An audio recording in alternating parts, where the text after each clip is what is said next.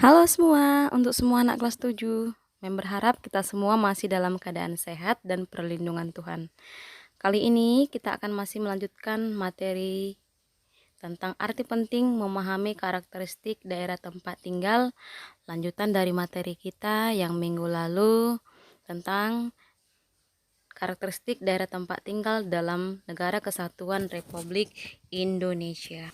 Kita sudah bahas minggu lalu tentang bagaimana sejarah lahirnya bangsa Indonesia ini. Negara Kesatuan Republik Indonesia ini lahir merupakan atas dasar perjuangan dan usaha para pendiri bangsa Indonesia. Untuk itulah kita harus menjiwai dan melaksanakan komitmen-komitmen kebangsaan yang dimiliki para pendiri bangsa. Salah satunya yang sudah kita bahas adalah tentang semangat persatuan. Nah, Semangat persatuan ini harus kita implementasikan dalam kehidupan sehari-hari untuk mengisi dan mempertahankan Negara Kesatuan Republik Indonesia. Nah, mungkin kamu bertanya dalam hati, apa sih yang dikatakan karakteristik setiap daerah?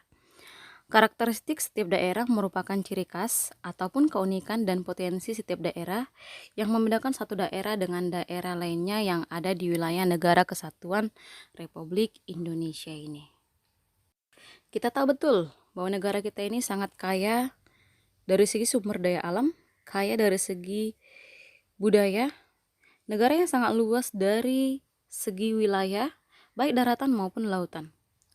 Negara Indonesia ini terdiri dari berbagai daerah-daerah, yang mana daerah yang satu dan daerah yang lainnya memiliki karakter yang berbeda-beda. Nah, tentu karakter dan juga perbedaan ini merupakan potensi kuat bagi negara kita untuk memajukan atau mewujudkan apa yang menjadi tujuan bangsa Indonesia. Di sini ada pertanyaan yang menanyakan kepada kita dan bisa kamu jawab sendiri ya. Apakah kamu pernah berlibur ke suatu daerah? Mungkin kamu akan bercerita dan dapat menggambarkan bagaimana keadaan suatu kota atau desa sehingga kamu merasa terkesan dengan tempat yang pernah kamu kunjungi tersebut. Nah, tentunya anak-anak kami semua sudah pernah melakukan perjalanan ke berbagai daerah yang ada di Indonesia ini.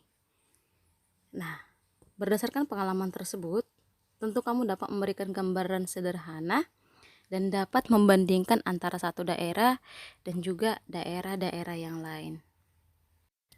Dari pengalamanmu tersebut, mungkin kamu bisa mendefinisikan atau melihat sendiri bagaimana keadaan dan potensi-potensi daerah tersebut. Ada daerah yang kehidupan masyarakatnya memiliki potensi daratan, sehingga mereka mengandalkan kehidupan dari segi pertanian, industri, peternakan, dan mungkin dari sektor-sektor lainnya. Sedikit kita ulas beberapa karakter setiap daerah yang ada di Negara Kesatuan Republik Indonesia. Di antaranya ada Provinsi Sumatera Utara yang dari berbagai keunikan dan keberagaman budaya yang bisa kita lihat dalam gambar ini, yang mana keunikan dan keberagaman budaya di Sumatera Utara ini berbeda dengan keberagaman yang ada juga di daerah-daerah lainnya. Yang kedua seperti di Sumatera Barat ya, yang terkenal juga dengan keberagaman budaya dan juga tempat wisata yang sangat banyak dikunjungi masyarakat-masyarakat di luar dari Sumatera Barat. Kemudian yang ketiga ada Bali. Bali terkenal dengan keindahan panorama alamnya.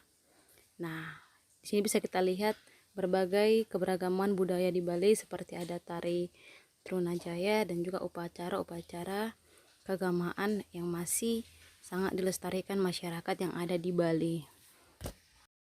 Kemudian yang keempat seperti Provinsi Jawa Barat yang juga sangat kaya dengan keberagaman budaya.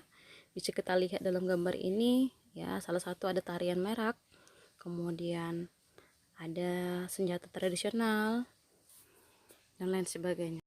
Dan yang terakhir ya, dari Indonesia bagian timur yaitu wilayah kita juga yaitu Papua, yang mana juga daerah ini sangat kaya dari segi potensi alam ya. Seperti yang kita lihat dalam gambar ini. Dalam gambar ini terlihat sedikit gambar foto Raja Ampat ya, yang sangat indah dan juga memukau, dan juga kearifan budaya yang ada di Papua yang masih tetap dilestarikan oleh masyarakat setempat. Coba kita lihat pertanyaan ini. Mengapa kita perlu memahami karakteristik daerah tempat tinggal kita? Mungkin ini juga terbesit di benak kamu. Nah, tentunya dengan kamu memahami dan juga mengenal karakteristik setiap daerah dan juga daerahmu sendiri, dapat mempermudah kamu untuk beradaptasi, serta kamu juga bisa menyesuaikan bagaimana keadaan daerah tersebut, bagaimana tradisi yang ada di daerah tersebut, sehingga kekayaan bangsa kita dan juga karakter tadi bisa tetap lestari dan juga kita jaga. Karena kekayaan alam yang ada di Indonesia, baik dari potensi alam maupun keberagaman budaya, merupakan kekayaan bersama yang wajib dikelola dan digunakan untuk kepentingan bersama untuk mewujudkan keadilan rakyat. Maka untuk itu, diperlukanlah suatu kewenangan dari daerah agar daerah berhak mengelola serta mengatur dan menyelesaikan persoalan yang ada di setiap daerah di wilayah NKRI ini.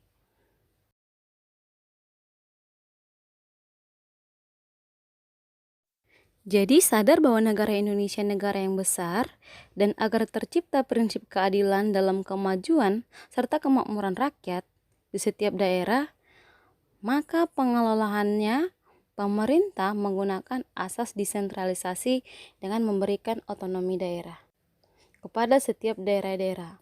Apa sih otonomi daerah ataupun otoda? Ada yang tahu anak-anakku semua? Iya, jadi otonomi daerah itu kita bahas dulu dari segi katanya. Otonomi secara etimologis berasal dari kata autos dan juga namos. Autos itu berarti sendiri dan namos itu adalah aturan ataupun undang-undang. Jadi dari dua kata itu bisa kita tarik kesimpulan, otonomi daerah adalah hak, wewenang, dan juga kewajiban daerah untuk mengatur sendiri dan mengurus rumah tangganya sendiri sesuai dengan peraturan perundang-undangan yang berlaku. Nah, dengan adanya kewenangan yang diberikan pemerintah pusat kepada daerah, ini merupakan kesempatan yang sangat baik bagi pemerintah daerah untuk membuktikan kemampuannya dalam melaksanakan kewenangan yang menjadi hak daerah. Maju atau tidaknya suatu daerah sangat ditentukan oleh kemampuan dan kemauan melaksanakan, yaitu pemerintah daerah. Karena pemerintah daerah di sini bebas berkreasi dan berekspresi dalam rangka membangun daerahnya, dan tentu saja dengan tidak melanggar ketentuan perundang-undangan yang berlaku. Pelaksanaan otonomi daerah tersebut memiliki dasar hukum. Yang pertama, dalam Undang-Undang Nomor 32 Tahun 2004 tentang bagaimana pemerintahan daerah. Kemudian Undang-Undang Nomor 33 Tahun 2004 tentang perimbangan keuangan antara pemerintah pusat dan juga pemerintah daerah. Dalam artian di sini pemerintah daerah bebas mengelola keuangannya, tetapi bisa juga diberikan bantuan dari pemerintah pusat. Kemudian yang ketiga diatur dalam Undang-Undang Dasar tahun 1945, amandemen yang kedua di pasal 18 ayat 1 sampai 7, pasal 18 ayat 1 dan 2, dan pasal 18B ayat 1 dan 2. Asas otonomi daerah tersebut. Asas yang pertama ada desentralisasi, yang mana asas ini merupakan pemberian wewenang oleh pemerintah pusat kepada pemerintah daerah untuk mengurus urusan daerahnya sendiri berdasarkan asas otonom. Jadi di sini daerah berhak mengelola daerahnya seperti dalam bidang pendidikan, anggaran, dan lain sebagainya. Dan yang kedua ada asas dekonsentrasi, adalah pemberian wewenang oleh pemerintah pusat kepada alat-alat kelengkapan pemerintah pusat yang ada di daerah untuk menyelenggarakan suatu urusan.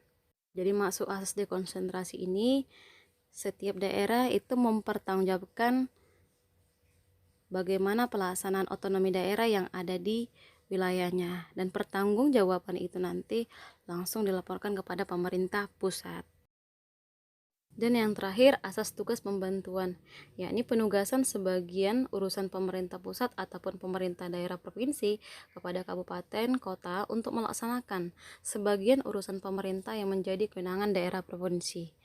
Jadi maksudnya ini penugasan langsung dari pemerintah pusat kepada daerah, dan juga dari daerah kepada daerah yang lebih bawahnya, contohnya dari bupati, camat kepada desa, untuk menjalankan tugas tertentu yang disertai pembiayaan sarana dan prasarana. Contohnya tugas pembantuan yang langsung diterima dari pusat ke daerah. Contohnya kegiatan penanggulangan kemiskinan, kegiatan pengembangan infrastruktur sosial. Jadi instruksi itu datang dari pemerintah pusat dan pelaksanaannya itu dilakukan oleh pemerintah daerah.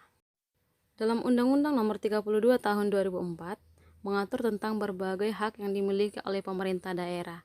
Jadi pemerintah daerah yang dimaksud di sini termasuk pemerintah daerah mulai dari tingkat provinsi sampai tingkat desa. Dan juga ada DPRD tingkat 1 dan tingkat 2. Dan juga ada DPD yang dipilih melalui pemilihan umum, yang setiap provinsi ada 4 orang mewakili daerah. Mereka inilah pemerintah daerah yang melaksanakan hak otonomi daerah. Nah, di sini bisa kita lihat kewenangan pemerintah daerah tersebut. Yang pertama, mengatur dan mengurus sendiri urusan pemerintahan, memilih pimpinan daerah, mengelola aparatur daerah, mengelola keuangan daerah, memungut pajak daerah ataupun retribusi daerah, mendapatkan bagi hasil dari pengelolaan sumber daya alam dan sumber daya lainnya yang ada di daerahnya, mendapatkan sumber-sumber pendapatan lain yang sah, dan mendapatkan hak lainnya yang diatur dalam perundang-undangan. Inilah yang merupakan hak yang dimiliki oleh pemerintah daerah melalui amanat yang diberikan Undang-Undang Nomor 32 Tahun 2004. Jadi, sejak diberlakukannya otonomi daerah memberikan dampak positif bagi daerah dan juga negara kita sendiri. Di antaranya, makin giatnya pembangunan dalam dan berbagai daerah. Dilaksanakannya pemilihan kepala daerah langsung atau pilkada yang merupakan bentuk pelaksanaan demokrasi. Yang ketiga, diundangnya investor dari dalam dan luar negeri untuk masuk ke daerah. Terjadinya pemerataan pembangunan sumber daya manusia karena daerah dituntut memiliki sumber daya manusia yang unggul. Dan meningkatnya pendapatan daerah terutama dari pajak, retribusi, biaya masuk, pengenaan tarif, dan bagi wilayah penghasil tambang. Jadi karakteristik yang ada di setiap daerah yang sudah kita pahami tadi, kita tahu bersama merupakan kekayaan bangsa kita ini. Dan ini menjadi tanggung jawab bersama, bukan hanya pemerintah daerah, tetapi termasuk kita sebagai warga negara untuk tetap menjaga serta melestarikan karakter dan juga ciri khas yang ada di setiap daerah, terkhusus daerah kita juga. Nah, demikian pembelajaran kita hari ini. Terima kasih.